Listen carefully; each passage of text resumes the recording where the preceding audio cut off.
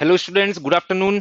Welcome to Nimbus Learning powered by Engineers Academy. Dear students, last class में हम discuss कर रहे थे रेलवे एंड एयरपोर्ट इंजीनियरिंग के एमसीक्यू के क्वेश्चंस।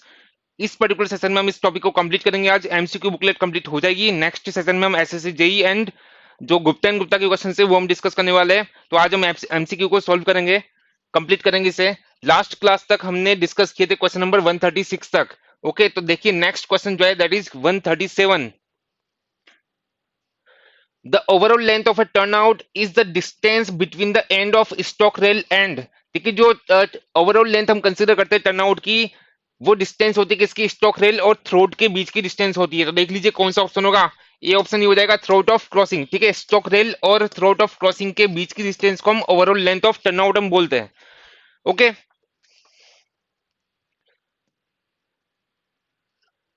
ओके, नेक्स्ट क्वेश्चन देखिए, question number 138। Which type of rail joints are generally provided on curves. Question में पूछना चाह रहा है कि किस टाइप के रेल जोइंट्स हम कर्व पर प्रोवाइड करते हैं। लास्ट क्लास में भी डिस्कस किया था कि हम स्टेगर्ड जॉइंट प्रोवाइड करते हैं, तो आंसर हो जाता है option D, staggered rail joints only. Okay, last class में भी डिस्कस कर चुके हैं हम। देन 139 देखिए, due to bending action of wheels over the end of the rails get bent down and get deflected at the ends। ठीक है, which are cold as, जो रेल है, जो आई सेक्शन है, ठीक है, इसके एंड्स पर से डिफॉर्मेशन हो जाता है, यहाँ से मुड़ जाती है। ठीक है, एंड्स पर से बकलिंग हो जाती है।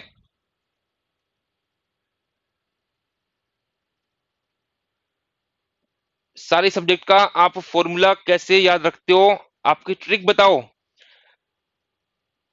देखिए, जो फॉर्मूला है वो आपको याद करना पड़ेगा। अब हमें तो याद हो जाता है क्योंकि इतना टाइम हो गया पढ़ाते हुए, 9 साल से मैं पढ़ा रहा हूं, तो याद तो होना ही है। लेकिन एज ए स्टूडेंट की बात करें तब भी हमें याद हुआ करता था। ठीक है, सबसे बेस्ट ट्रिक जो होती है, सबसे बेस्ट अप्रोच जो होती है फॉर्मूला याद करने की, वो ये होती है कि जितने भी रिलेशंस में आपको दिक्कत है ना, उसके कागज पे नोट कर लीजिए, छोटे छोटे छोटे अक्षरों में, उसको वॉल्स पर चिपका दीजिए और दिन में एक बार देख लीजिए। तो आप देखना 7 से 8 दिन में आपको इतना अच्छा वो याद हो जाएगा, कितने भी बड़े फॉर्मूले हो। मुझे ये दिक्कत आती थी फ्लूइड मैकेनिक्स में।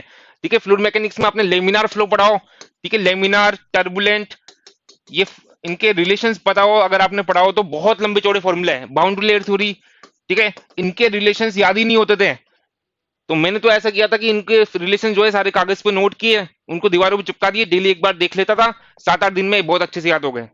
ठीक है, सबसे एफिशिएंट अप्रोच ये होती है। ठीक है, डेली एक बार देख लो और वॉल्स पे लगा दिया करो, ऐसे शॉर्ट नोट्स बनाया करो जिसमें आपके सारे रिलेशंस होते हैं। ठीक है, लास्ट टाइम पे वही काम आएंगे आपके। ओके, तो देखिए क्वेश्चन नंबर 139 में ये बोल रहा था कि जो रेल है ना, इसके एंड्स पर से डिफॉर्मेशन हो जाता है। इसको हम क्या बोलते हैं, ऐसी रेल्स को हम होक्ड रेल्स बोलते हैं। ठीक है, जो रेल है उसके एंड्स पर से बेंडिंग हो जाती है, एंड्स पर से। अगर बीच में से बेंडिंग हो रही है ना तो उसको हम बकलिंग बोलेंगे, बकलिंग ऑफ रेल। लेकिन जब एंड्स पर से हो रही है, ठीक है, एंड्स पर बोला इसने, तो उसको हम होगिंग ऑफ रेल बोलेंगे। It is known as hogging rail, hogging of rail. ठीक है, और रेल को हम होग्ड रेल बोलते हैं। तो हम क्या करते हैं, ऊपर से ये मुड़ जाती है फ्लेंजेज इस तरह से। ठीक है, इस तरह से मुड़ जाती है फ्लेंजेस। तो उस केस में हम क्या करेंगे, मशीन आती है, एक रेलवे के पास एक मशीन होती है जिससे उनको सीधा करके वापस यूज कर लिया जाता है।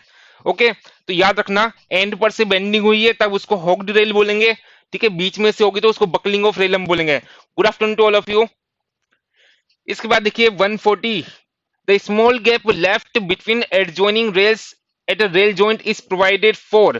ठीक है, क्वेश्चन में बोलना चाह रहा है कि दो जो पास में रेल्स होती है इनके बीच में छोटा सा गैप छोड़ा जाता है, किस पर्पज के लिए बताइए, एक्सपेंशन और कॉन्ट्रेक्शन पर्पज के लिए ये गैप छोड़ा जाता है। ओके, बिल्कुल सही प्रद्युम्न है आपका। देन 141 देखिए, 141, the lateral bending of rails due to temperature variations is called. Lateral direction में बेंडिंग होगी तो उसको हम बोलते हैं बकलिंग ऑफ रेल्स। ठीक है, लॉन्गिट्यूडनल डायरेक्शन में क्या बोलते थे, क्रीप बोलते थे, और लेटरल डायरेक्शन में क्या बोलेंगे, बकलिंग ऑफ रेल बोलेंगे। Okay, 142, to prevent the creep in rails. Creep हमने बताया था कि लॉन्गिट्यूडनल डायरेक्शन में डिफॉर्मेशन हो जाता है। Steel sleepers are fixed with rails by clips, bolts and, क्या यूज करते हैं हम, ठीक है, आपने रेलवे ट्रैक देखा होगा आपने, की भी हम कुछ यूज करते हैं वहां पर। कितनी की यूज करते हैं, 4 कीज हम यूज करते हैं, डी आंसर हो जाएगा। Okay, then 143, wear of rails में बी रिड्यूस्ड बाय, जो वियरिंग है रेल्स की, वियर मतलब घिसना।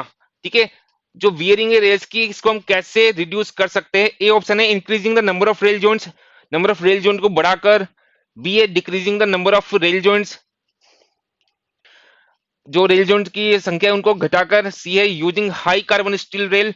और डी है increasing the spacing of sleepers, spacing बढ़ाकर। बताइए, कल कल भी डिस्कस किया था शायद ये। बिल्कुल करेक्ट है आपका ऑप्शन होगा सी, हाई कार्बन स्टील रेल जो होती है, इसका बताया था कि इसकी फैटिक स्ट्रेंथ भी हाई होती है, हाई फैटिक स्ट्रेंथ होती है और हाई रेजिस्टेंस होता है अगेंस्ट क्रैकिंग। ठीक है, तो फैटिक स्ट्रेंथ हाई होगी तो मतलब उसकी वियरिंग जल्दी से नहीं होगी। ओके, देन 144 देखिए, for the proposed airport the survey project provides. कोई एयरपोर्ट हमें डिजाइन करना है, इसके लिए कौन कौन से सर्वे किए जाते हैं ये पूछना चाह रहा है। ए ऑप्शन है master plan, topographic plan, grading plan. ठीक है, सारे प्लान हम बनाते हैं, तो डी आंसर हो जाएगा। देन 145, अकॉर्डिंग टू ICAO, ये बताया था मैंने, all markings on the runways are. कैसी मार्किंग होती है? आपने रनवे अगर देखा हो तो व्हाइट मार्किंग होती है। ठीक है, जो रनवे होता है ना उस पर नंबर लिखे होते हैं, जो हमने रनवे नंबर डिस्कस किया था 927, तो वहां पर ऐसे बड़े बड़े अक्षरों में पेंट किया होता है रनवे पे, जिससे फ्लाइट को ऊपर से दिख जाए। ठीक है, कि कहां पर उसे पार्क करना है। ओके, तो व्हाइट कलर में ये स्ट्रिपिंग होती है, पेंट किया होता है व्हाइट कलर में। देन 146,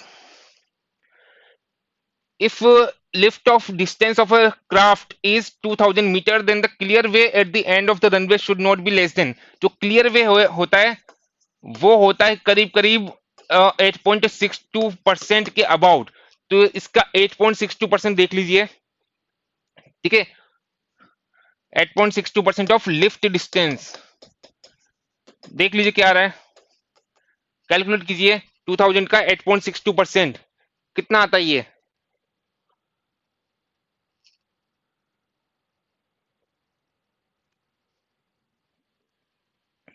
बताइए।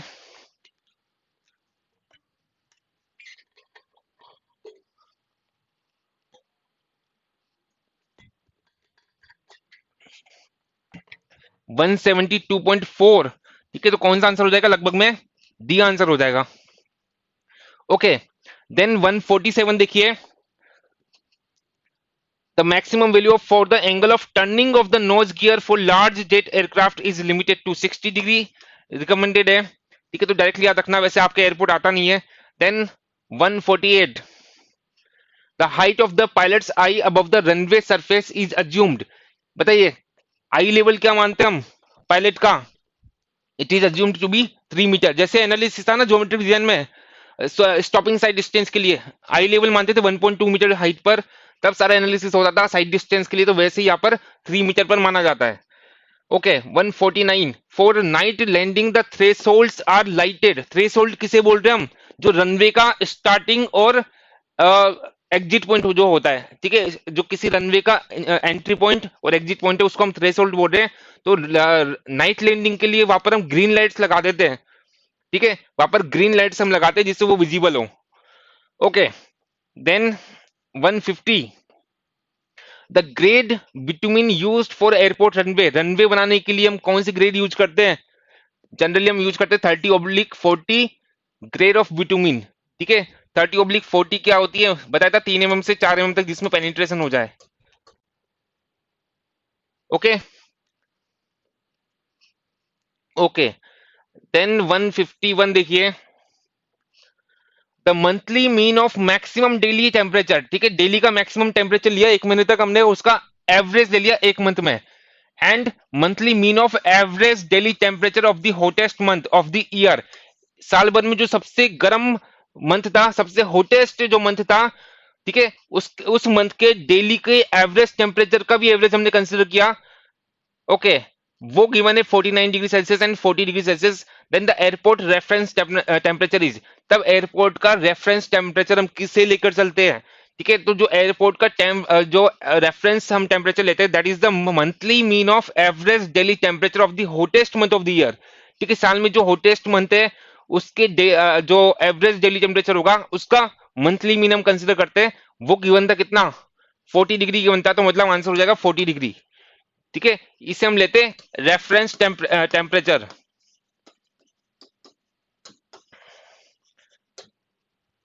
ओके, देन 152 देखिए, लास्ट क्वेश्चन है ये एमसीक्यू बुकलेट का।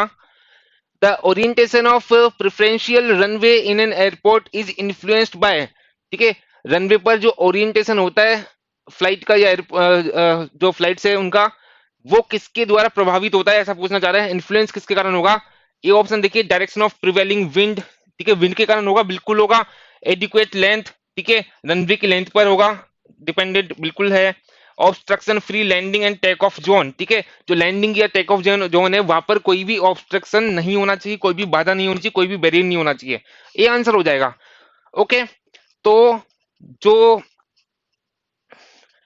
रेलवे और एयरपोर्ट वाला पार्ट था उसका पूरा हम सॉल्यूशन कर चुके हैं।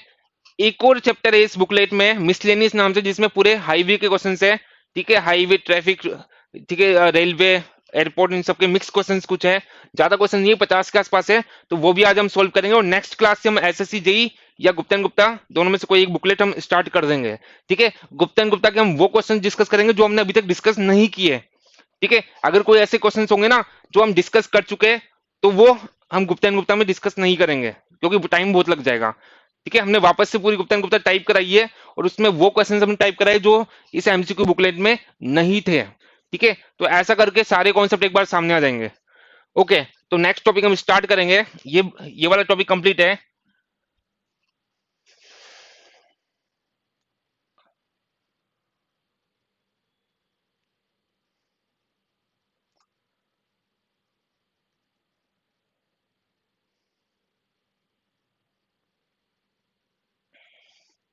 ठीक है, मिसलेनियस नाम से आपको बुकलेट मिलेगा, मतलब यहाँ पर मिक्स क्वेश्चन है सारे टॉपिक्स के। ओके, तो यहाँ पर भी कुछ बहुत इंपॉर्टेंट टॉपिक्स है जो पहले जिन पर क्वेश्चंस नहीं थे, ठीक है, और कुछ ऐसे टॉपिक हो सकते हैं जिन पर यहाँ पर क्वेश्चन नहीं पूछेंगे किसी स्टेट के या जेईई एग्जाम में, तो वो हम गुप्ता गुप्ता से हम डिस्कस कर लेंगे। देखिए पहला क्वेश्चन देखिए, बहुत इंपॉर्टेंट है ये। इन अ टेक कोड, ठीक है, टेक कोड बहुत बार पूछा जाता है, टेक कोड, सील कोड, ठीक है, प्राइम कोड, ये डेफिनेशंस बहुत इंपॉर्टेंट है, ये पूछी जाती है, मैं आपको नोट भी करवा दूंगा। फिलहाल देखिए, in tack coat bitumen is used at the rate of, ठीक है, जो टेक कोड होता है इसको हम किस रेट से अप्लाई करते हैं रोड सरफेस पर, बताइए, अगर आपने पढ़ रखा है तो बताइए।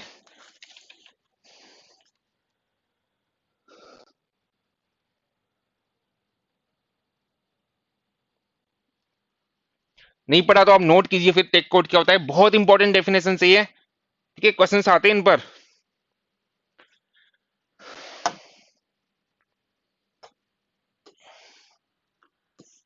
हेडिंग लिखना take code,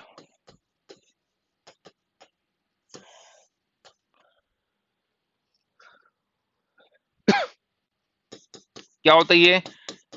it is the application of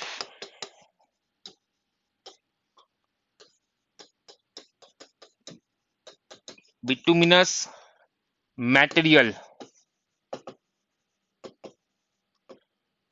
over an existing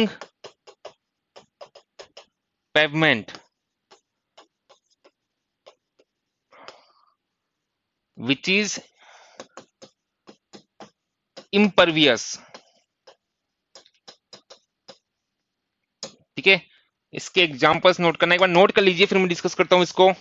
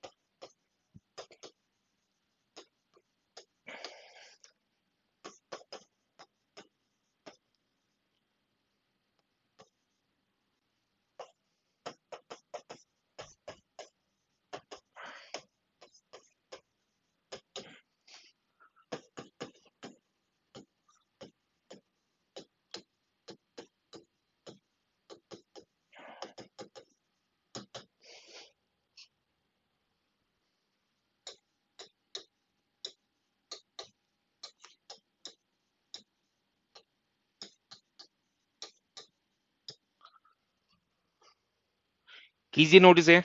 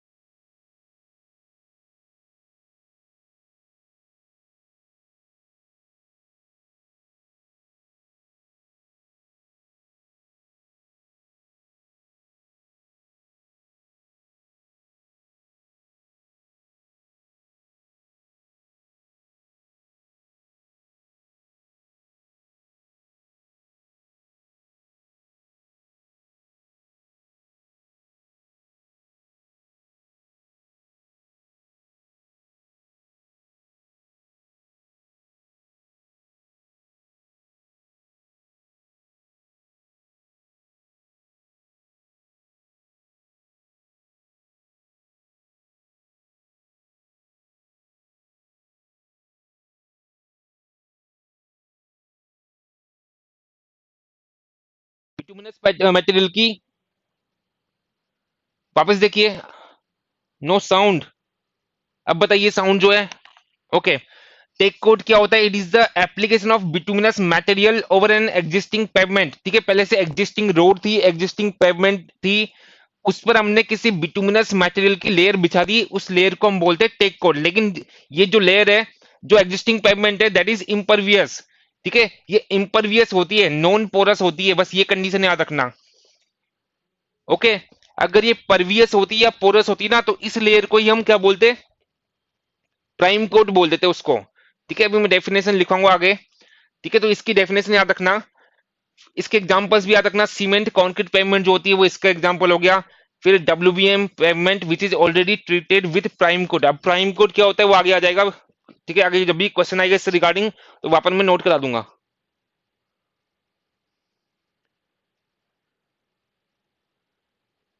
सी कहीं पर सीसी रोड बनी हुई है। ठीक है, ये सीसी रोड बनी हुई है। ओके, इस पर ही हमने बिटुमिनस मटेरियल की लेयर बिछा दी, ये लेयर बिछा दी। ठीक है, तो इसको हम बोलेंगे टेक कोट। ठीक है, यही तो बोला कि कोई एग्जिस्टिंग रोड थी, एग्जिस्टिंग पेवमेंट थी, उस पर हमने किसी बिटुमिनस मटेरियल की लेयर बिछाई है, उस लेयर को हम टेक कोट बोल रहे हैं। कोटिंग मतलब लेयर।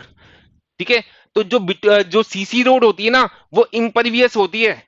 सीसी रोड जो है, जो एग्जिस्टिंग रोड है, that is CC road, that is impervious. ठीक है, इम्परवियस है, उसके ऊपर बिटुमिन की कोई लेयर बिछा दी, तो फिर उस लेयर को हम बोलेंगे टेक कोट। ओके, तो सरफेस पे ये अप्लाई होता है, सरफेस कोर्स एक तरह का, ये सरफेस पर हम अप्लाई करते हैं। ओके, फिर रेट ऑफ एप्लीकेशन क्या होती है? 0.49 केजी से 0.98 केजी पर मीटर स्क्वायर। मतलब इसको हम जब बिछाते हैं ना, तो इस मटेरियल का कितना यूज होता है? 1 मीटर स्क्वायर एरिया में करीब 0.49 से 0.98 केजी इतना मटेरियल यूज में आ जाता है, ये मीनिंग है। ठीक है, 1 मीटर स्क्वायर एरिया में करीब 0.49 केजी से 0.98 केजी इतना मटेरियल यूज में आ जाता है। CC how attach with bitumen, तो बाइंडिंग मटेरियल है ना बिटुमिन तो। ठीक है, बाइंड कर लेता है ये सीसी सीसी रोड के साथ भी। ठीक है, बॉन्डिंग बहुत स्ट्रांग होती है बिटुमिन की, तो जो सीसी रोड है उसके साथ भी इसकी बॉन्डिंग हो जाएगी। होता है ना, बहुत बार आपने देखा होगा कि कोई कभी कोई अधिकारी वगैरह जब आते हैं, कोई नेता वगैरह जब आते हैं ना, तो एकदम से रोड बना देते हैं, वो एग्जिस्टिंग रोड पर ऊपर लेयर बिछा देते हैं। ओके, तो इसकी ये रेट पूछी थी इस क्वेश्चन में, जो क्वेश्चन था। तो अब आ जाइए क्वेश्चन पर। 0.49 केजी से 0.98 केजी पर मीटर स्क्वायर, ये रेट ऑफ एप्लीकेशन है, यही पूछा था। In tack coat the bitumen is used at the rate of, ठीक है, कौन सा आंसर हो जाएगा? बी आंसर हो जाएगा। ठीक है, बताया था 0.49 से 0.98 KG per metre square. Okay, then question number 2 देखिए। In flexible pavement alligator cracking is due to, ठीक है, पहले भी डिस्कस किया था हमने एलिगेटर क्रैकिंग, या इसको मैंने बोला था क्रोकोडाइल क्रैकिंग। ठीक है, और ऐसा बोला था कि जो रोड सरफेस है वहां पर क्या हो जाता है, इस तरह से दरारें आ जाती है, इस तरह की शेप में। कैसी शेप में? जैसा क्रोकोडाइल का बॉडी जो होता है ना, इस तरह का जो होता है, ऐसी ऐसी यहाँ पर क्रैक्स डेवलप हो जाते हैं, जिसको हम बोलते थे एलिगेटर या क्रोकोडाइल क्रैकिंग। और इसका रीजन बताया था क्या होता था? ठीक है, फैटिक के कारण ऐसे क्रैक्स डेवलप होते हैं। सील कोड भी लिखवा देना, नेक्स्ट क्वेश्चन है ना, इसमें seal coat, tack coat, prime coat सारे आगे, तो यहाँ पर मैं लिखवा दूंगा। ठीक है, तो फैटिक के कारण ये होता है, कौन सा हो गया? बी आंसर हो गया। ओके, पहले भी डिस्कस किया हुआ ये। Then question number 3, when the bituminous surfacing is done on already existing cement concrete road, the type of treatment to be given is, बताइए, थर्ड का आंसर बताइए, क्या बोलेंगे इसे? क्वेश्चन बोला बिटुमिनस सरफेसिंग हम यूज कर रहे हैं on already existing cement concrete road. Cement concrete road impervious होती है, तो वो टेक कोट ही तो हो गया, वो टेक कोट ही तो हो गया। ठीक है, यही तो डेफिनेशन बोली थी। ठीक है, इम्परवियस लेयर एग्जिस्टिंग रोड पर, इम्परवियस एग्जिस्टिंग रोड पर हमने कुछ बिटुमिनस मटेरियल की लेयर बिछा दी, then it is known as tack coat. ठीक है, तो वो डेफिनेशन ही पूछ ली टेक कोड की। ठीक है, बाकी ये भी इंपॉर्टेंट है, तो ये भी नोट करना पड़ेगा हमें। सील कोड, प्राइम कोड क्या होता है, इमल्सन हम देख चुके हैं पहले, इमल्सन बताया था आपको। ठीक है, तो सील कोड और प्राइम कोड भी नोट कर लीजिए।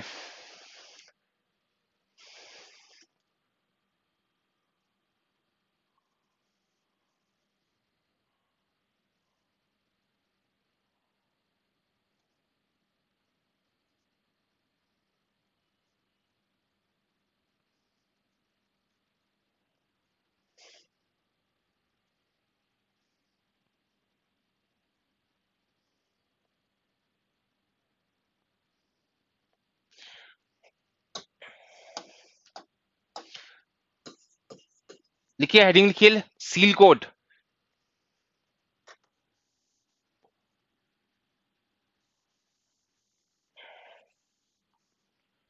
ठीक है, it is the application of bituminous material over an existing pavement which is pervious. ठीक है, परवियस मतलब पोरस, बस ये डिफरेंस हो गया दोनों में। ओके, कोई परवियस पेवमेंट है, उस पर हमने बिटुमिनस मटेरियल की लेयर बिछा दी, तब उस लेयर को या उस कोटिंग को बोलते सील कोट। ओके, तो ये नोट कर लेना, डेफिनेशन हो गई है इसकी। सॉरी, इसको सील कोट नहीं, प्राइम कोट बोलेंगे। पहले प्राइम कोड लिख लीजिए, नहीं तो वापस से मुझे नोट करना पड़ेगा ये। ठीक है, पहले लिखना प्राइम कोड।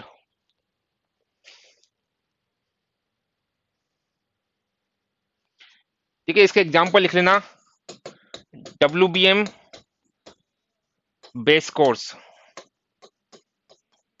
ठीक है, ये कैसा होता है? परवियस होता है, पोरस होता है। ठीक है, तो इस पर हमने बिटुमिनस मटेरियल की लेयर बिछाई, तो उसको हम प्राइम कोट बोलेंगे। ठीक है, रेट ऑफ एप्लीकेशन होती है इसकी 0.73 केजी से, इसका डबल कर लीजिए, 0.146 केजी पर मीटर स्क्वायर। इस रेट से इसको हम अप्लाई करते हैं।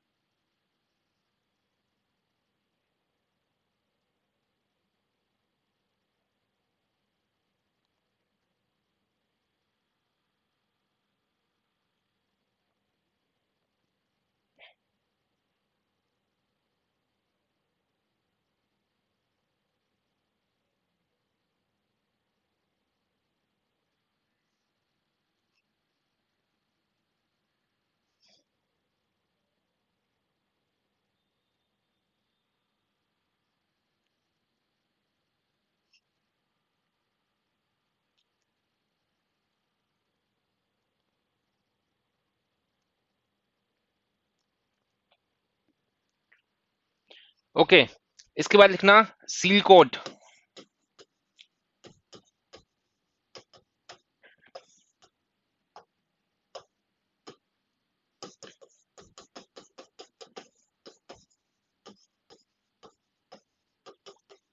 It is the application of some bituminous material over existing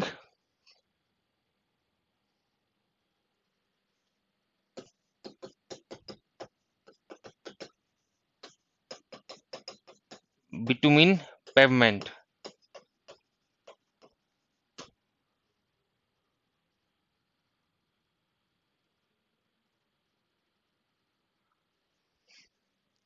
prime coat ये था, ठीक है, प्राइम कोड ये था। ओके, और यह है सील कोट। जो एग्जिस्टिंग बिटुमिन बिटुमिन पेवमेंट होगी ना, वो कैसी होगी? परवियस होगी, इम्परवियस होगी?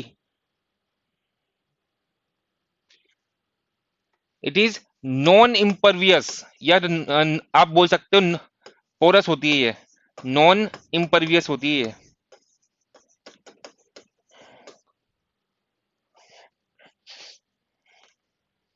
तो ये डेफिनेशन याद रखना।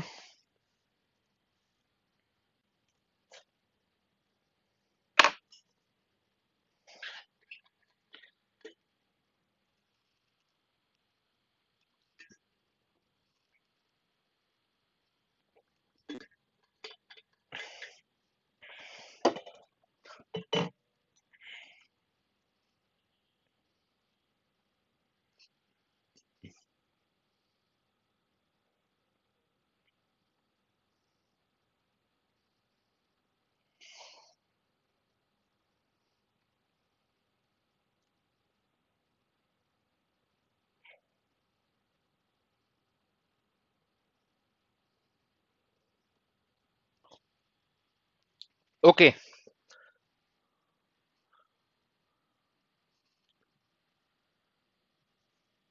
फिर देखिए question number 4। Alignment of highways in hilly regions is decided on. Question में बोलना चाह रहा है कि हिली रीजन्स में हम अलाइनमेंट किस आधार पर डिसाइड करते हैं? ए ऑप्शन है long stretch of very hard cutting, B a number of river crossing, C a natural unstable area, और डी ऑप्शन है ऑल ऑफ दीज। बताइए। बिल्कुल करेक्ट आपका नवीन, ठीक है। इन सबके बेसिस पर हम डिसाइड करते हैं, तो याद रखना इसको। फिफ्थ देखिए, in highway construction the rolling starts from. Rolling कहां से हम स्टार्ट करते हैं? ए ऑप्शन है sides and proceed to centre, side से स्टार्ट करके सेंटर की तरफ हम प्रोसीड करते हैं। बी है centre and proceed to side, centre से स्टार्ट करेंगे और साइड की तरफ हम मूव करेंगे। सी है one side and proceed to other side, एक साइड से स्टार्ट करके दूसरी साइड की तरफ हम प्रोसीड करेंगे। और डी है एनी ऑफ दी अबव। ठीक है, बताइए। कंस्ट्रक्शन मैनेजमेंट में भी आपने पढ़ा होगा, बताइए अगर पढ़ा है तो। रोलिंग हम स्टार्ट करते हैं साइड से, बिल्कुल करेक्ट आपका। साइड से स्टार्ट करते हैं और सेंटर की तरफ मूव करते हैं, ठीक है। ये रोड है और ये सेंटर है, तो दोनों साइड से हम स्टार्ट करके रोलिंग कर, यहाँ पर साइड से स्टार्ट करके सेंटर की तरफ जाएंगे, फिर ये इधर साइड से स्टार्ट करके सेंटर की तरफ। इसके बाद देखिए सिक्स देखिए, the thickness of bituminous carpet varies from. ठीक है, ये जो बिटुमिनस कारपेट वगैरह या जो भी जितनी भी डिफरेंट लेयर्स हम यूज करते हैं ना, ये इंपॉर्टेंट है, ये पूछ सकते हैं। बिटुमिनस कारपेट जो होता है बेसिकली ये कुछ मटेरियल्स का कॉम्बिनेशन होता है, ठीक है, जो एज अ सरफेस कोर्स हम यूज करते हैं। इसको एज अ सरफेस कोर्स मतलब वियरिंग कोर्स बोल सकते हैं, जो टॉप लेयर होती है रोड की, ठीक है। एज ए सरफेस का कोर्स हम इसको यूज करते हैं। इसकी थिकनेस होती है 20 से 25 थिकनेस ही पूछी थी। ओके, कैसे बनाते हैं इसको? इसको हम कैसे बनाते हैं? एग्रीगेट सैंड और बिटुमिन को मिक्स कर देते हैं। तीनों को मिक्स कर दिया तो उसको हमने बोल दिया बिटुमिनस कारपेट।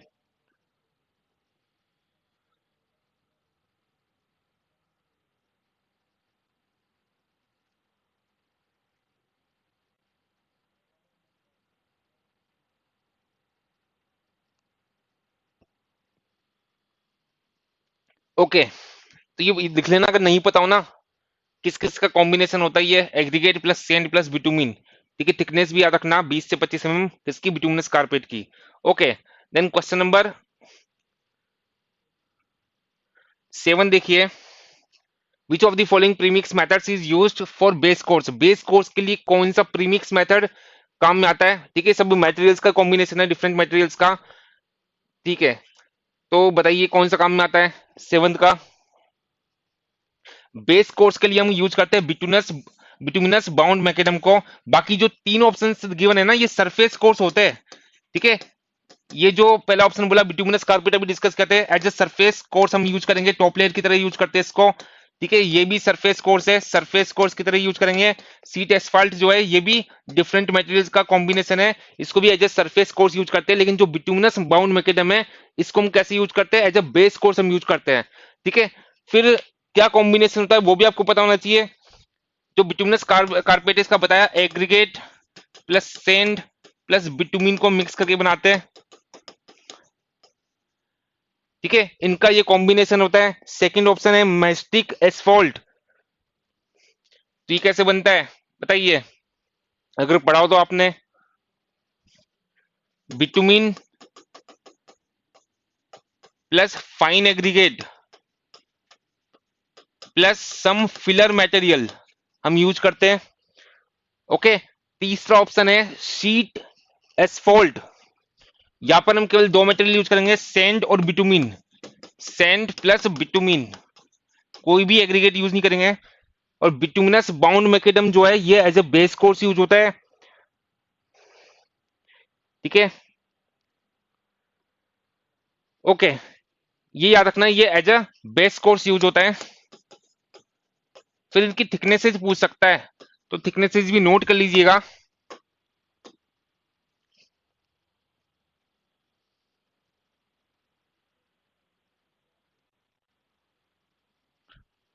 बिटुमिनस कारपेट की थिकनेस होती है 20 से 25 अभी डिस्कस भी किया था। मैस्टिक एसफॉल्ट की होती है 25 से 50 सीट एसफॉल्ट की होती है 25 और बिटुमिनस बाउंड मैकेडम की होती है 50 से 100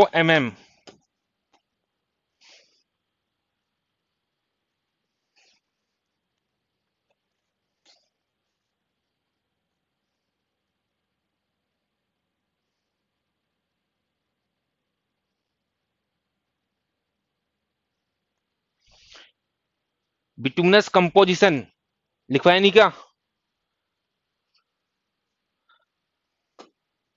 इसमें हम यूज करते हैं बिटुमिन प्लस कोर्स एग्रीगेट। ठीक है, केवल दो मटेरियल हम यूज करते हैं, बिटुमिन और कोर्स एग्रीगेट। ठीक है, कितने क्वेश्चंस हो गए? ये तीन टाइप के क्वेश्चंस हो गए। ठीक है, कौन सा जो जो मेथड है, इनको बोलते हैं प्रीमिक्स मेथड्स। ठीक है, तो कौन सा प्रीमिक्स मेथड कैसे हम यूज करते हैं? तो बिटुमिनस कारपेट, मैस्टिक एसफॉल्ट और सीट एसफॉल्ट को हम as a surface course use करते हैं, बिटुमिनस बाउंड मैकेडम को एज अ बेस कोर्स हम यूज करते हैं। फिर दूसरा क्वेश्चन बनता है इनकी थिकनेसेस क्या होती है, तो थिकनेसेस याद रखना। और तीसरा टाइप का क्वेश्चन बनता है कि क्या क्या कॉम्बिनेशन होता है इनमें। बहुत इंपॉर्टेंट है, ये पता होना चाहिए, नहीं पता तो जल्दी से नोट कीजिए इसे।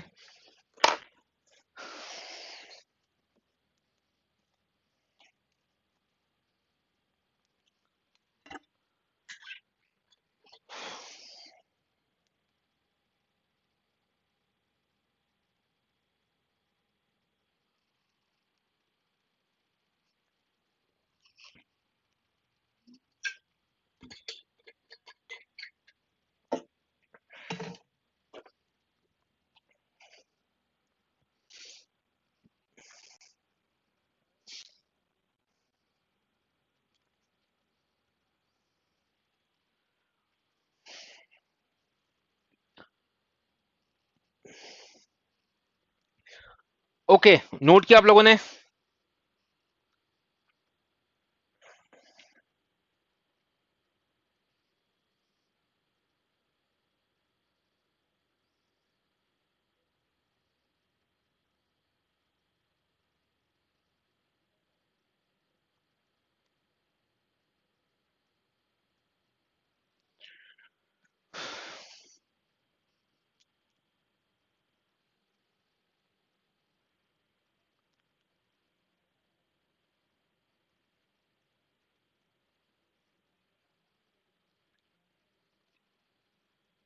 ओके, नेक्स्ट क्वेश्चन सोल्व करें हम। बताइए, नोट किया आप लोगों ने?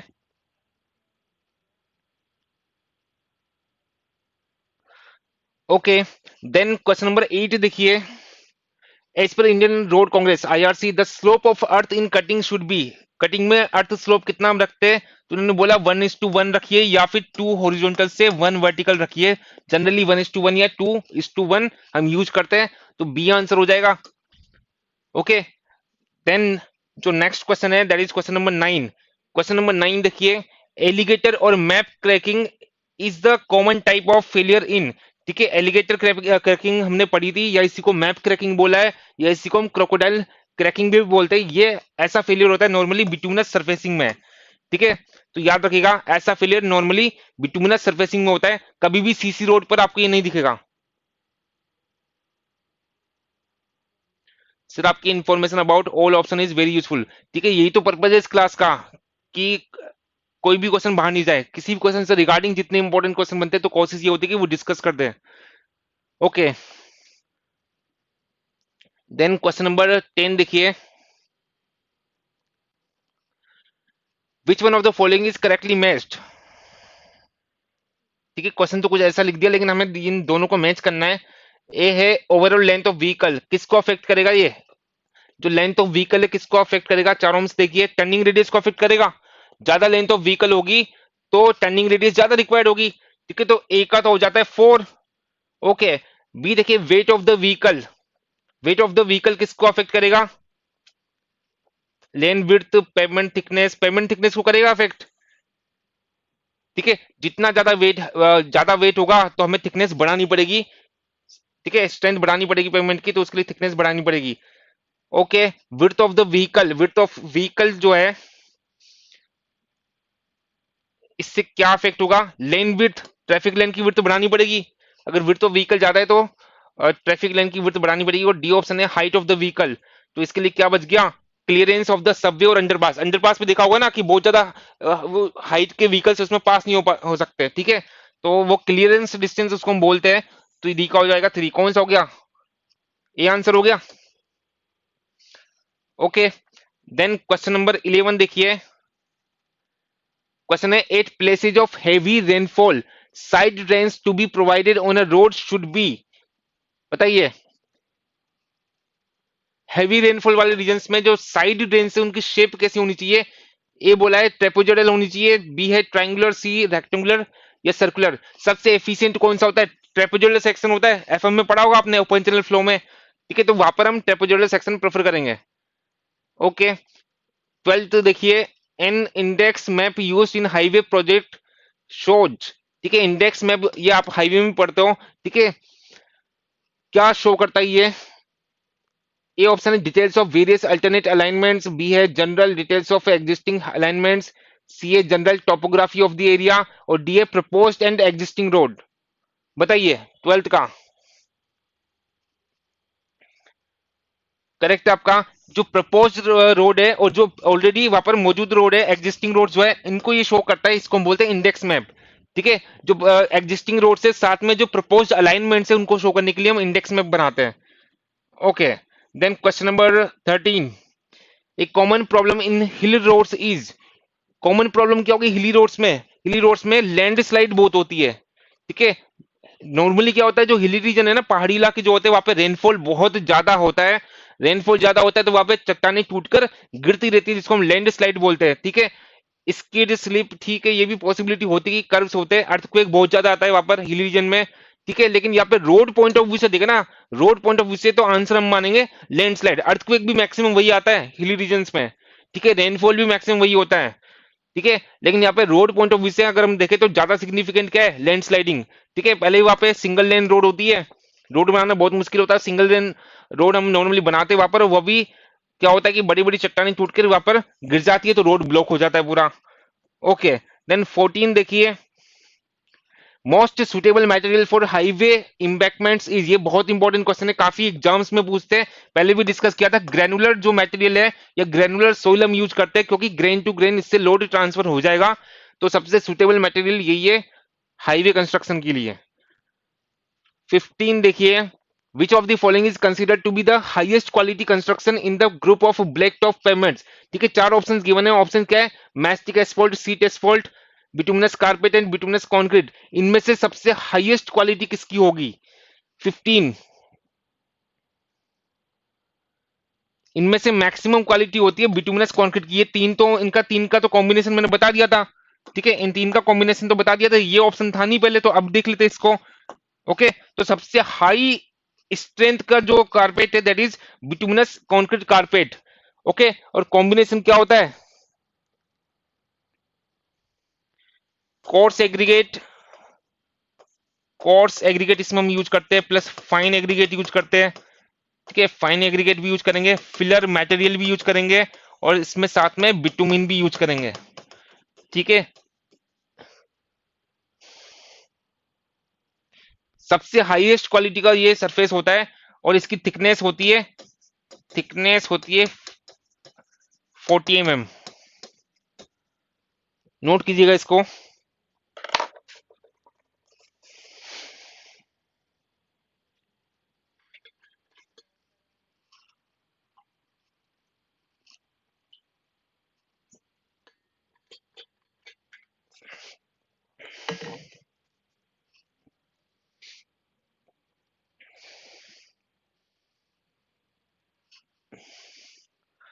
Okay, then question number 16। The drains constructed on up slope of hill sides are known as, क्या बोलते हैं इनको बताइए? इनको हम बोलते हैं कैच वाटर ड्रेन्स। ओके, पहाड़ी इलाकों में आपने देखा होगा। देन क्वेश्चन नंबर 17 देखिए। Which of the following is not a distress in cement concrete payment? ठीक है, डिस्ट्रेस पूछा है किस केस में? सीमेंट कॉन्क्रीट पेमेंट के केस में डिस्ट्रेस मतलब प्रॉब्लम। ठीक है, डिस्ट्रेस मतलब प्रॉब्लम पूछिए। सीमेंट कॉन्क्रीट पेमेंट में कौन सी प्रॉब्लम नहीं आती है? ए ऑप्शन है श्रिंकेज क्रैकिंग। ठीक है, श्रिंकेज तो होता है। ठीक है, श्रिंकेज तो होता है सीसी रोड्स में। ओके, इसलिए तो कॉन्ट्रैक्शन जोन हम जोड़ते हैं। बी है रटिंग। रटिंग क्या होता है? श्रिंकेज तो आप समझते हो, रटिंग क्या होता है? आपने देखा होगा ना कई बार जो रोड्स होते हैं वहां पर टायरों के मार्क्स छप जाते हैं, उसको हम रटिंग बोलते हैं। ठीक है, टायर्स वगैरह के स्क्रैच मार्क्स वहां पर इंपैक्ट छोड़ जाते हैं, उसको हम बोलते हैं रटिंग। ओके, स्पेलिंग पहले भी डिस्कस किया था, पता होगा आपको। स्पेलिंग मतलब क्रशिंग या ग्रिंडिंग बोल देते हैं। मटेरियल क्रश हो जाता है या ग्रिंड हो जाता है, पिस जाता है एकदम। ओके, रेवलिंग, रेवलिंग पहले भी डिस्कस किया था, फाइबर्स का सेपरेट हो जाना, फाइबर सेपरेशन को हम बोलते हैं रेवलिंग। ओके, तो सीसी रोड में इनमें से कौन सी प्रॉब्लम नहीं होती है? रटिंग नहीं होती है, बाकी श्रिंकेज वापर होता है, ग्रिंडिंग वापर होती है। ग्रिंडिंग तो किसी भी पेमेंट में होगी, और फाइबर सेपरेशन मतलब रेवलिंग भी होती है, पहले भी डिस्कस किया था। तो रटिंग यहां पर नहीं होती है। ओके, स्क्रैच मार्क्स नहीं छपेंगे कहां पर? सीसी रोड पर। ओके, देन क्वेश्चन नंबर 18 देखिए। According to the Indian Road Congress, which of the following is the minimum grade of the cement concrete for highways? Highways के लिए minimum recommend किया M40। Okay, then question number 19 देखिए। Which one of the following causes raveling in bituminous pavement? अभी discuss किया था revelling. ठीक है, bituminous pavement में किस कारण से रेवलिंग होती है, ऐसा पूछना चाह रहा है, बताइए। अगर बिटुमिन कंटेंट बहुत कम होगा तब रेवलिंग की पॉसिबिलिटी होती है। ठीक है, तो आंसर हो जाता है ऑप्शन डी, लो बिटुमिन कंटेंट के कारण क्या होगा? रेवलिंग हो जाएगी। देन क्वेश्चन नंबर 20 देखिए। The colour of the light used for visibility during fog is. ठीक है, जब फॉग वगैरह होता है, कोहरा जब होता है, तब उस केस में हम विजिबिलिटी के लिए कौन सी लाइट यूज करते हैं? गाड़ियों में बताओ कौन सी लाइट होती है? येलोइश होती है। आजकल वैसे एलईडी लाइट भी आने लग गई। ठीक है, तो येलो लाइट जो है वो हम यूज करते हैं। 20 का हो जाएगा डी। देन 21 देखिए। Reflection cracking is observed in, ये डिस्कस किया था मैंने पहले भी पेवमेंट में। रिफ्लेक्शन क्रैकिंग क्या होती है कि कोई एग्जिस्टिंग पेवमेंट थी, उस पर क्रैक्स डेवलप थे, उसी पेवमेंट पर हमने बिटुमिन की लेयर बिछा दी हमने, तब जो एग्जिस्टिंग जो क्रैक्स थे उन्हीं के ऊपर नई लेयर में क्रैक्स डेवलप हो जाना, that is known as reflection cracking. ठीक है, कहां पर ये होता है? ओवरले डिजाइन में। ठीक है, ओवरले डिजाइन में ऐसा होता है। तो कहा बताइए कौन सा होगा? डी आंसर हो जाएगा bituminous overlay over cement concrete pavement. ठीक है, सीमेंट कंक्रीट पेवमेंट थी, एग्जिस्टिंग रोड थी सीमेंट कंक्रीट की, उस पर हमने बिटुमिन की ओवरले बिछा दी, बिटुमिन की लेयर बिछा दी, तब वहां पर रिफ्लेक्शन क्रैकिंग हो सकती है। पहले भी डिस्कस किया हुआ ये। 21 का हो जाएगा डी। Then question number 22।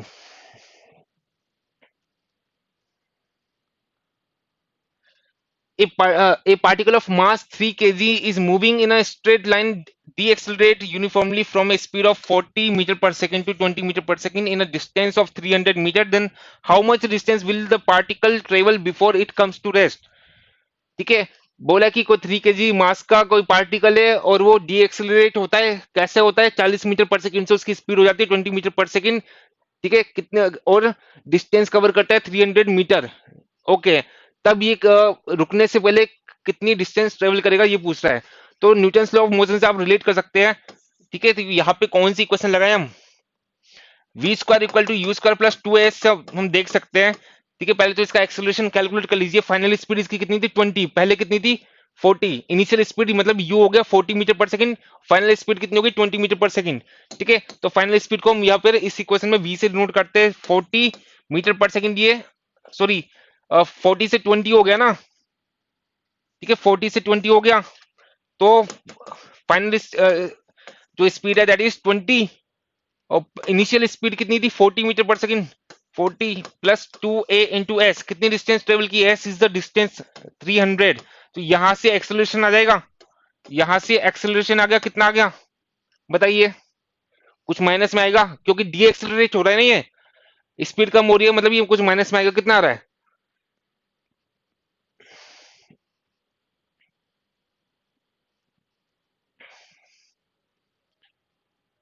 -2। ठीक है, तो ये आएगा मीटर पर सेकंड स्क्वायर में। सारी डिस्टेंस हमने मीटर में ली है, तो ये एक्सेलरेशन आ गया। ठीक है, अब पूछ रहा है आगे कि ये रुकने से पहले कितना डिस्टेंस ट्रेवल करेगा, यही पूछा है। तो सेम इक्वेशन लगा दीजिए वापस से, v square equal to u square plus 2as। ठीक है, जब रुकेगा तो इसकी फाइनल वेलोसिटी कितनी? 0। वी जीरो पुट कर दीजिए, जब रुकेगा तो फाइनल वेलोसिटी 0, और उससे जस्ट पहले स्पीड कितनी थी? ठीक है, 20 मीटर पर सेकंड थी। 20 का स्क्वायर प्लस 2 इंटू एक्सेलरेशन कितना है? माइनस का 2 इंटू एस। यहां से एस निकाल लीजिए, एस कितना आ रहा है? ये हो गया 400, और ये अपॉन 4 कितना? 100 मीटर आ रहा है क्या? ठीक है, डी आंसर हो जाएगा।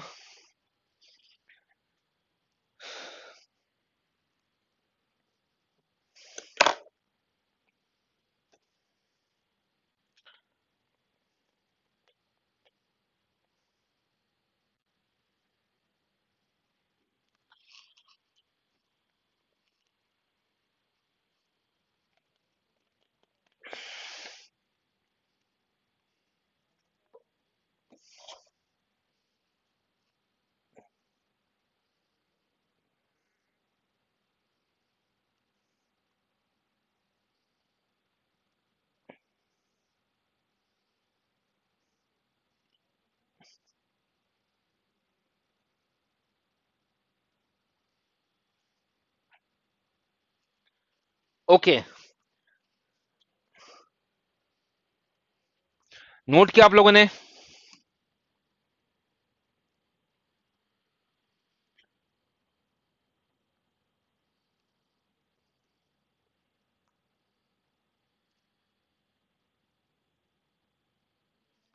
ओके, देन नेक्स्ट क्वेश्चन देखिए 23। The method of forepoling in tunneling generally used when the, देखिए टनल का क्वेश्चन है ये। ठीक है, फोरपोलिंग क्या होता है? It is the process of strengthening the soft ground. ठीक है, सॉफ्ट ग्राउंड है तो उसको हम उसकी स्ट्रेंथ बढ़ाना चाहते हैं। कैसे बढ़ाएंगे? उसमें हम कुछ स्टील सेक्शन या स्लेब या टिम्बर वगैरह ऐसा कुछ इसमें ड्राइव कर देते हैं, इंसर्ट करवा देते हैं, तो उसकी स्ट्रेंथ बढ़ जाती है। ठीक है, इस प्रोसेस को हम बोलते हैं four polling. It is the process of strengthening the soft ground by driving timbers, steel sections, या और भी कुछ हम ड्राइव कर सकते हैं, इंसर्ट कर सकते हैं, एटसेट्रा। ओके, तो आंसर क्या हो जाएगा? जब ग्राउंड सॉफ्ट होता है तब हम करते हैं फोर पोलिंग। ये आंसर हो जाता है। ठीक है, नहीं पता तो नोट कर लेना।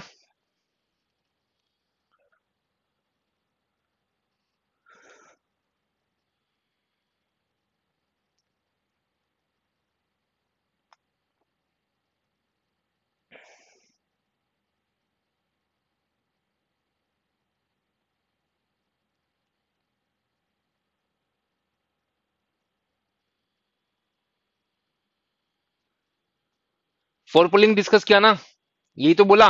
फोर पुलिंग क्या होते हैं? It is the process of strengthening the soft ground by driving the timbers, steel section, slab etcetera. ठीक है, कोई सॉफ्ट ग्राउंड है उसकी स्ट्रेंथ बढ़ानी है हमें। ठीक है, सॉफ्ट ग्राउंड है उसकी स्ट्रेंथ बढ़ानी है।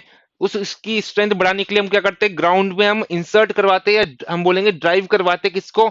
स्टील सेक्शंस को, टिम्बर्स को, स्लेब को, या और किसी उन मेंबर्स को। इस प्रोसेस को हम बोलते हैं फोर पोलिंग।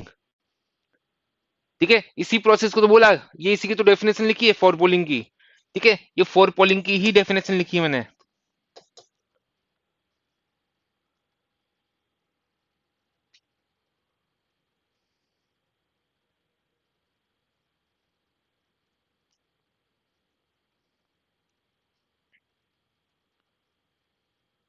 ओके, नोट किया आप लोगों ने?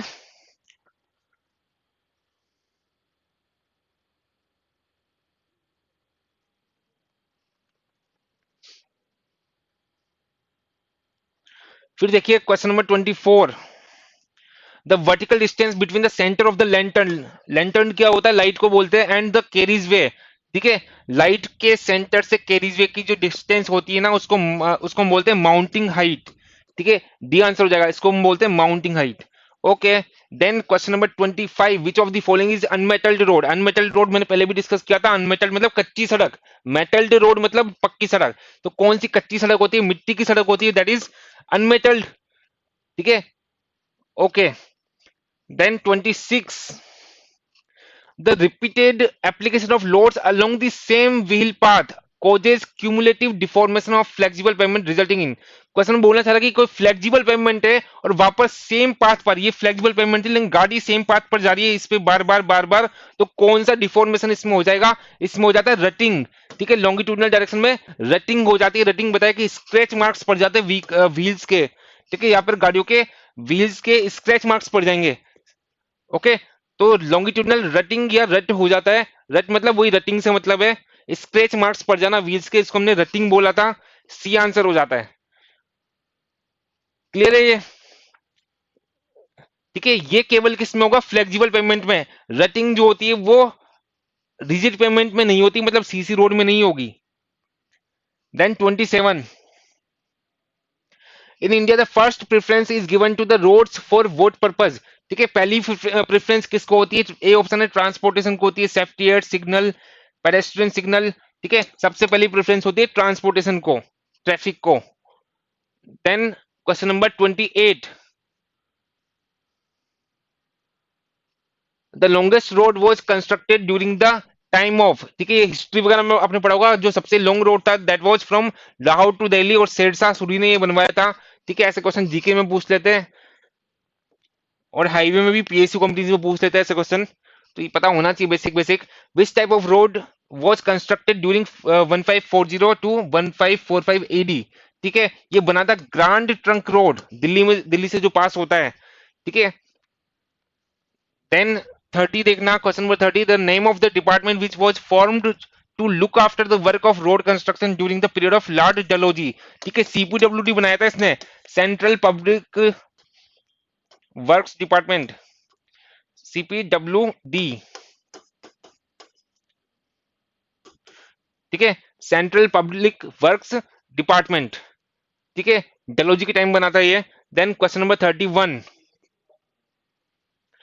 Rolling resistance of a wheel depends upon, rolling resistance के टाइम हम किन किन फैक्टर्स को कंसीडर करते हैं? ए है व्हील लोड, व्हील लोड को कंसीडर करते हैं। ग्रेड मतलब ग्रेडियंट को हम कंसीडर नहीं करते। ग्राउंड कंडीशंस को हम, मतलब जो वेट है या स्मूथ है, रफ है, ठीक है, ड्राई है, इनको हम कंसीडर करते हैं। फर्स्ट एंड थर्ड हो जाता है, मतलब आंसर कौन सा हो गया? सी आंसर हो गया। Okay, then question number 32, for the taxiways the following statement is or are true, the maximum longitudinal grade is 3%। ठीक है, रिकमेंडेशन से सीधा ये, ठीक है, टैक्सीवे यूज होता है एयरपोर्ट्स पर, ठीक है। The permissible rate of change of grade is 1%, ये भी करेक्ट है। The permissible transfer grade is, ये सारी रिकमेंडेशन है, तो ऑल ऑफ दीज आंसर हो जाएगा। डायरेक्टली आपको याद करना होगा क्योंकि रिकमेंडेशन है, तो इसका हो जाता है all of these, D answer. Then 33 देखिए, in which one of the following grades of highway in is an emergency escape ramp provided? Question बोलना चाह रहा है कि किस केस में एक इमरजेंसी एस्केप रैंप प्रोवाइड किया जाता है, ठीक है। इमरजेंसी एस्केप करेंगे तो डाउनग्रेड में हम प्रोवाइड करेंगे, स्लोप्ड प्रोवाइड करें ना, ठीक है। जो इमरजेंसी एस्केप हम प्रोवाइड करते हैं वो हमेशा डाउनग्रेडेड होता है, कहीं पर भी आपने देखा हो तो, ठीक है, स्लोप्ड होता है, ठीक है, जिससे बहुत क्विकली हम वहां से बाहर निकल सके। ओके, देन 34 देखिए, question number 34, which one of the following is और are correct with respect to sub surface drainage of highways? ठीक है, कुछ स्टेटमेंट दिए और बोल रहा है कि कौन सा करेक्ट है। पहले देखिए, the water table should be kept at least 1.5 metre below the subgrade, ऐसी कोई रिकमेंडेशन नहीं है। सेकंड देखिए, transverse drains are used when soil is relatively less permeable, ठीक है, सोइल की परमिएबिलिटी कम होती है, उस केस में हम क्या करते हैं? ट्रांसवर्स या इसको बोलते हैं लेटरल ड्रेन्स हम प्रोवाइड करते हैं। तीसरा देखिए, transverse drains are used for all types of soil, सारी सोइल के लिए हम नहीं यूज करते, ठीक है। जब इम्परमिएबल सोइल होगी तब वहां पर हम यूज करते हैं, तो केवल ये सेकंड स्टेटमेंट करेक्ट हो जाता है, सी आंसर हो जाता है। जब इम्परमिएबल सोइल होगी तभी हम लेटरल या ट्रांसवर्स ड्रेन्स यूज करते हैं। ओके, देन 35 देखिए, a street lighting is to be designed. The street width is 15 meter, mounting height is 7.5 meter, and lamp size is 6000 lumen. The coefficient of utilization is 0.36 and the maintenance factor is 0.75. Then the spacing between the light poles will be. बताइए, आता है आपको? Same question materials में discuss किया था हमने, sorry traffic में, traffic engineering में हमने डिस्कस किया था, सेम न्यूमेरिकल था, यहाँ पर रिपीट हुआ है। ओके, तो सोल्व कराने की रिक्वायरमेंट नहीं है, सेम न्यूमेरिकल्स हमने सोल्व किया था। इसका फॉर्मूला मैंने आपको नोट करवाया था, सोल्व करके बताया था, तो ये क्वेश्चन जो है दैट इज रिपीटेड। ओके, पहले सोल्व करा चुका हूं मैं, फॉर्मूला बताया था आपको, देखना, ठीक है। ट्रैफिक इंजीनियरिंग में पढ़ा था, सेम क्वेश्चन था, तो अभी मैं सोल्व नहीं करा था इसको। अब 36 देखिए, concrete payment is provided if daily traffic load पर लेन एक्सीड्स, ठीक है। पूछ रहा है कि कॉन्क्रीट पेमेंट को हम कब प्रोवाइड करते हैं? जब डेली का जो ट्रैफिक लोड है हर एक लेन पर कितना एक्सीड कर जाए, किससे एक्सीड कर जाए, 1000 टन से ज्यादा होगा तभी हम ये प्रोवाइड करेंगे, ठीक है। 1000 टन से ज्यादा होगा तब हम कॉन्क्रीट पेमेंट यूज करते हैं। देन 37 देखिए, location of contour gradient for highway is best set out from the, बताइए 37। कंटूर जो ग्रेडियंट है ये सबसे अच्छे तरीके से बेस्ट वे में कहां पर सेटअप हो सकता है? ए देखिए, बॉटम टू द सेडल, ठीक है, सेडल डिस्कस किया था, दो समिट कर्व्स के बीच की जो गैप होता था इसको हम सेडल बोलते थे, ठीक है। बी है रिज डाउन द हिल, सी है सेडल डाउन द हिल, ठीक है। जो डाउन द हिल सेडल है, यहाँ पर हम सबसे बेस्ट तरीके से इसको हम सेटअप कर सकते हैं, ठीक है, सी आंसर हो जाएगा। सेडल पहले डिस्कस भी किया था जब हमने ज्योमेट्रिक डिजाइन पढ़ा था, वहां पे क्वेश्चन था इससे रिगार्डिंग। देन क्वेश्चन नंबर 38 देखिए, ये भी क्वेश्चन बहुत बार पूछते एग्जाम्स में, इंपॉर्टेंट है। Average illumination on important roads as पर आईएएस रिकमेंडेशंस इज, ठीक है। जो इंपॉर्टेंट रोड्स है, इंपॉर्टेंट मतलब जो सबसे टॉप टियर रोड्स है, टॉप टियर रोड्स मतलब नेशनल हाईवेज, एक्सप्रेसवेज वगैरह, इनके लिए कोड ने बोला कि जो इल्यूमिनेशन है कम से कम 30 लक्स होना चाहिए, ठीक है। लक्स क्या है? इल्यूमिनेशन जो होती है ना, चमक जो होती है लाइट की, उसकी उसकी यूनिट है लक्स, ठीक है। तो कम से कम ये 30 लक्स होना चाहिए। ओके, और जो नॉर्मल रोड्स है ना, जो ये टॉप जो इंपॉर्टेंट रोड्स है, इंपॉर्टेंट रोड्स का मतलब एनएच आ गया, इसमें स्टेट हाईवेज आ गए, एक्सप्रेसवेज आ गए, ये इंपॉर्टेंट रोड्स का मीनिंग हमें लेना है, ठीक है। और अदर रोड्स के लिए कितना 15 लक्स, बिल्कुल करेक्ट है। अदर जो रोड्स है, अदर रोड्स के लिए जो इल्यूमिनेशन है दैट इज 15 लक्स, इससे कम इल्यूमिनेशन नहीं होना चाहिए। दोनों ही इंपॉर्टेंट रिकमेंडेशन है। ओके देन 39 देखिए, equipment fitted with wheel of vehicle for measuring the travelled distances. आपके व्हीकल्स में जो डिस्टेंस ट्रेवल करने के लिए डिवाइस लगा होता है, क्या बोलते हैं उसको हम? ओडोमीटर बोलते हैं, सबको पता होगा, ठीक है, उसको हम बोलते हैं odometer. Then question number 40, the particular places where pedestrians are to cross the pavement which are properly, ये पहले डिस्कस कर चुके हैं ट्रैफिक में, ठीक है। पूछना चाह रहा है कि जो पैदल यात्री होते हैं, पेडेस्ट्रियंस जो होते हैं, उनको रोड क्रॉस करने के लिए जो लाइंस होती है उसको हम क्या बोलते हैं? जनरल लैंग्वेज में हम उसको जेब्रा लाइन बोलते हैं, और टेक्निकल लैंग्वेज में हम उसको बोलते हैं cross walk line. Same question repeat है, ठीक है, ट्रैफिक में था ये। ओके देन क्वेश्चन नंबर 41 देखिए, प्राइम कोड इज ब्लैंक दिया कुछ, इनको फिल करना है। विस्कस देन टेक कोड, ठीक है। प्राइम कोड और टेक कोड में से ज्यादा विस्कोसिटी किसकी होती है? टेक कोड की होती है। It is less viscous than tack code and has applied before tack code, ठीक है।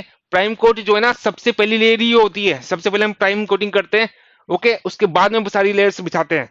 सबसे पहली जो कोटिंग होती है दैट इज प्राइम कोट, तो सबसे पहले इसको अप्लाई करेंगे। प्राइम कोट जो है that is less viscous than tack coat, ठीक है। टेक कोट से इसकी विस्कोसिटी कम होती है, and has applied before the tack coat. Tack coat से पहले इसको, टेक कोट का किसी भी लेयर से पहले हम बिछाते हैं इसको, तो ये आंसर हो जाएगा। Okay then question number 42, push loaded scrapers are to be used for transporting materials, okay, materials को ट्रांसपोर्ट करने के लिए हम पुश लोडेड स्क्रैपर्स यूज करते हैं, ठीक है। Out of the following options up to what distance can this be done cost effectively, कितनी डिस्टेंस तक ये इकोनॉमिकली हम मैनेज कर सकते हैं, ऐसा पूछना चाह रहा है।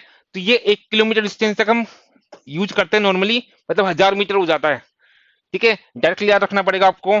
देन 43 देखिए, what is the minimum strength of concrete required for rigid pavement construction for low volume rural roads, ठीक है। रूरल रोड्स जो है इनके लिए हम M30 मिनिमम यूज करते हैं, बाकी केसेस में M40 हम यूज करते हैं, ठीक है ना। रूरल रोड्स के लिए बोला है, ठीक है। रूरल रोड्स में विलेजेस वगैरह वाले रीजन्स में हम क्या करते हैं? M30 मिनिमम यूज करते हैं। बाकी जो अर्बन रोड्स है उनके लिए मिनिमम M40 हम यूज करते हैं। Then question number 44 देखिए, as per IRC the minimum thickness of granular base course to be provided on a national or state highway is, बताइए 44 का मिनिमम थिकनेस कितनी होती है?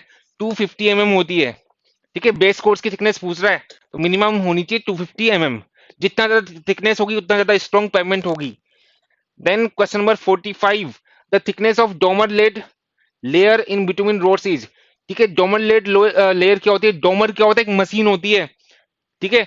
गूगल पे डाल के देखना, क्रेन टाइप की नजर आएगी आपको, एक मशीन होती है जिसको हम रोड कंस्ट्रक्शन के लिए यूज करते हैं। तो इससे हम कितनी थिकनेस की रोड बनाते हैं नॉर्मली, बताइए? 45 का 2 से 3 सेंटीमीटर की लेयर इससे हम बना सकते हैं।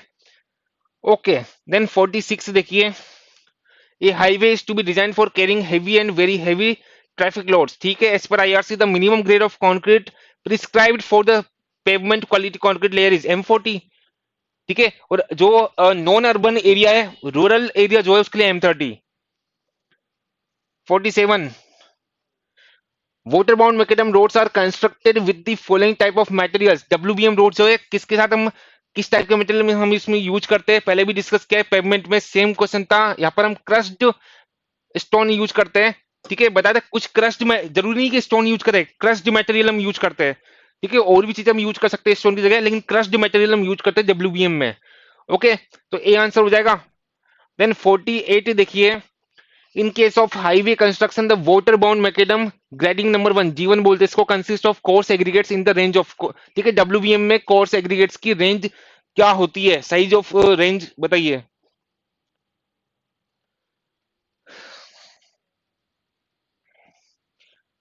ये होती है 45 से 90 mm, ठीक है। WBM की बात कर रहा है, ये होती है 45 से 90 mm, ओके, याद रखना। WBM इंपॉर्टेंट है क्योंकि ये प्रैक्टिकली यूज ज्यादा यूज होता है। देन 49 देखिए,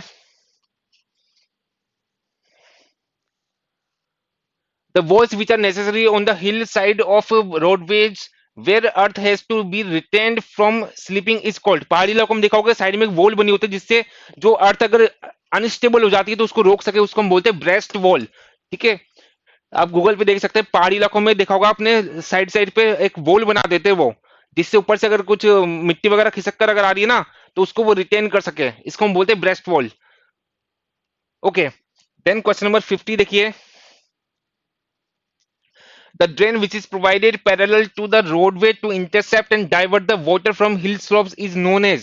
बताइए, इसको हम बोलते हैं कैच वाटर ड्रेन। ओके, इसको हम बोलेंगे कैच वाटर ड्रेन। ठीक है, ओके, इंटरसेप्ट करना है, डाइवर्ट करना है, ठीक है, कैच वाटर ड्रेन हम बोलते हैं इसको। देन 51 देखिए, in bituminous pavement alligator cracking is mainly due to, पहले भी डिस्कस किया था, एलिगेटर क्रैकिंग या मैप क्रैकिंग इसको बोलते हैं, या इसको हम बोलते हैं, या इसको हम क्या बोलते हैं, क्रोकोडाइल क्रैकिंग।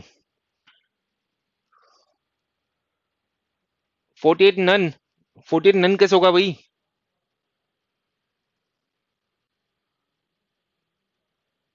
इसको हम ब्रेस्ट वॉल बोलते हैं। ठीक है,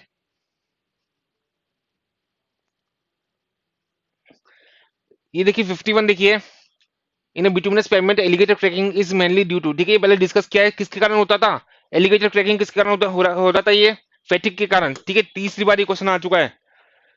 okay, then 52 which is the last question of MCQ booklet, इस बुकलेट का ये लास्ट क्वेश्चन है 52। At a site some under water excavation and dredging is to be performed. ठीक है, बोल रहा है कि किसी साइट पर कुछ एक्सकेवेशन करना है और ड्रेजिंग करनी है। ड्रेजिंग क्या होती है? ड्रेजिंग मतलब मटेरियल को बिछाना, ठीक है, छिड़काव करना, उसको हम ड्रेजिंग बोलते हैं। ये ऐसा कुछ करना है। विच of the following equipments will be most suitable for this job, इस जॉब के लिए हम कौन सा इंस्ट्रूमेंट यूज करेंगे? इसके लिए यूज करते हैं ड्रैग लाइन। ठीक है, डायग्राम देखना है इसका गूगल पे ड्रैग लाइन का, तो आपको कुछ क्रेन टाइप की नजर आएगी है, ये नॉर्मली हम यूज करते हैं। ओके, तो इसमें बहुत सारे क्वेश्चन जो थे ना वो रिकमेंडेशन बेस्ड थे, बहुत कुछ रट्टाफिकेशन भी था। ठीक है, और this is the least important part जो लास्ट में डिस्कस किए। लेकिन जो मेन टॉपिक्स थे आपके, सबसे इंपॉर्टेंट ज्योमेट्री डिजाइन हो गया, उसके बाद हाईवे मटेरियल्स, उसके बाद पेवमेंट डिजाइन, उसके बाद आपका सर्विंग और अलाइनमेंट वाला पार्ट। ओके, तो ये बहुत बड़ा सब्जेक्ट नहीं है, बहुत छोटा सा सब्जेक्ट था। सबसे इंपॉर्टेंट टॉपिक तो आपका ज्योमेट्रिक डिजाइन और मटेरियल्स ही है, यहाँ से मैक्सिमम क्वेश्चन पूछे जाते हैं। ओके, तो MCQ बुकलेट का जो सॉल्यूशन है वो कंप्लीट है, चैप्टर का ये पूरी बुकलेट ही कंप्लीट है। तो यहाँ पर हमने बहुत कुछ थ्योरेटिकल पार्ट सीख लिया, जो एडिशनल पॉइंट्स है वो मैक्सिमम सीख लिए। तो अब आगे के जो डिस्कशंस होंगे वहां पर बहुत ज्यादा टाइम नहीं लगेगा, एक बार इनको सारे को रिवाइज करना, बहुत कुछ आपको नया सीखने को मिला होगा। सर थिकनेस और सिंबल के बैकग्राउंड कलर लिखा दो। अब हम सोल्व करेंगे ना, अभी तो गुप्ता गुप्ता भी तो करनी है, उसमें क्वेश्चंस आ जाएंगे इसके। ठीक है, उसमें ये सारे क्वेश्चंस आ जाएंगे, वहां से वो क्वेश्चन हमने सेलेक्ट किए जो इनमें नहीं थे, तो वहां पे जो बचा कुछ पार्ट होगा सारा आपके नोट हो जाएगा। ठीक है, जब एंड तक पहुंचेंगे ना तब तक कुछ बचेगा नहीं लिखवाने के लिए, सब कुछ हो चुका होगा। ठीक है, तो आप निश्चिंत रहिए, वो मैं जरूर आपको नोट कराऊंगा किसी न किसी क्वेश्चन के थ्रू। ओके, और भी कुछ एडिशनल होगा वो भी मैं नोट करा दूंगा, तो एक बार पूरा रिवाइज कीजिएगा। उसके बाद क्या होगा, एडवांटेज क्या होगा कि अब जब हम आगे डिस्कशन करेंगे ना तो बहुत स्पीडली डिस्कस कर पाएंगे, क्योंकि आप सबके नोटिस में होगा, आप सब आंसर करेंगे तो बहुत स्पीडली हो जाएगा। ठीक है, जब मुझे लगता है कि हाँ ठीक है आंसर नहीं कर पा रहे तो फिर डिटेल में जाना होता है, लेकिन जब सब आंसर करते हैं तो लगता है कि ठीक है ये रिपीट हो रहा है, इनको नोटिस में भी है तो अब इनको रिमाइंडर नहीं करना है। ओके, तो एक बार पूरा रिवाइज करना है इसको, और नेक्स्ट क्लास से हम डिस्कस करेंगे या तो गुप्तन गुप्ता या SSC के old papers. Okay, thank you so much.